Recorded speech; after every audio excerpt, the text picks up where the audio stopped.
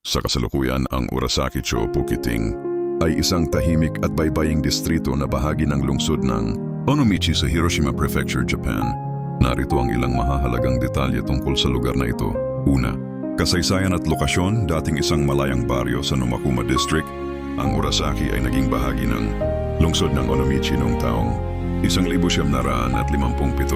Matatagpuan ito sa isang Tangway Peninsula na napapalibutan ng Seto Inland Sea. Dahil sa lokasyon nito, ang buhay sa Urasaki ay malapit na nauugnay sa dagat at agrikultura. Pangalawa, katangian ng lugar, hindi katulad ng sentro ng Onomichi, na kilala sa mga matatarik na kalsada at maraming templo. Ang Urasaki ay mas kilala bilang isang rural at residential na lugar.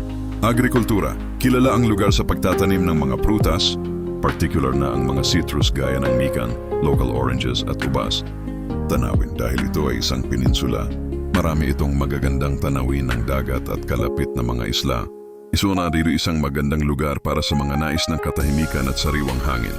Pangatlo, connection sa turismo. Bagamat hindi ito ang pangunahing tourist spot gaya ng Shimanami Kaido, ang Urasaki ay nagsisilbing daanan or high scenic route para sa mga bumibiyahe sa pagitan ng Onomichi at ng bayan ng Numakuma, bahagi ng Fukuyama City.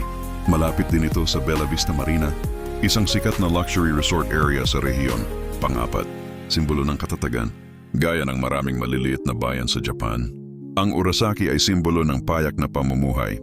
Ang mga residente rito ay madalas na nakatira sa mga tradisyonal na bahay at pinapanatili ang kultura ng pagtutulungan at pagiging malapit sa kalikasan. Kung balak mong bumisita o may particular kang hinahanap na lugar doon, tulad ng isang resort o farm, maaari kitang tulungan sa paghahanap ng karagdagang impormasyon at huwag mong kalimutang ipindot ang subscribe button para sa marami pang mga detalye sa mga lugar na gusto mong malaman at maraming salamat po sa inyong patuloy na pagsuporta sa akin, mga kaibigan.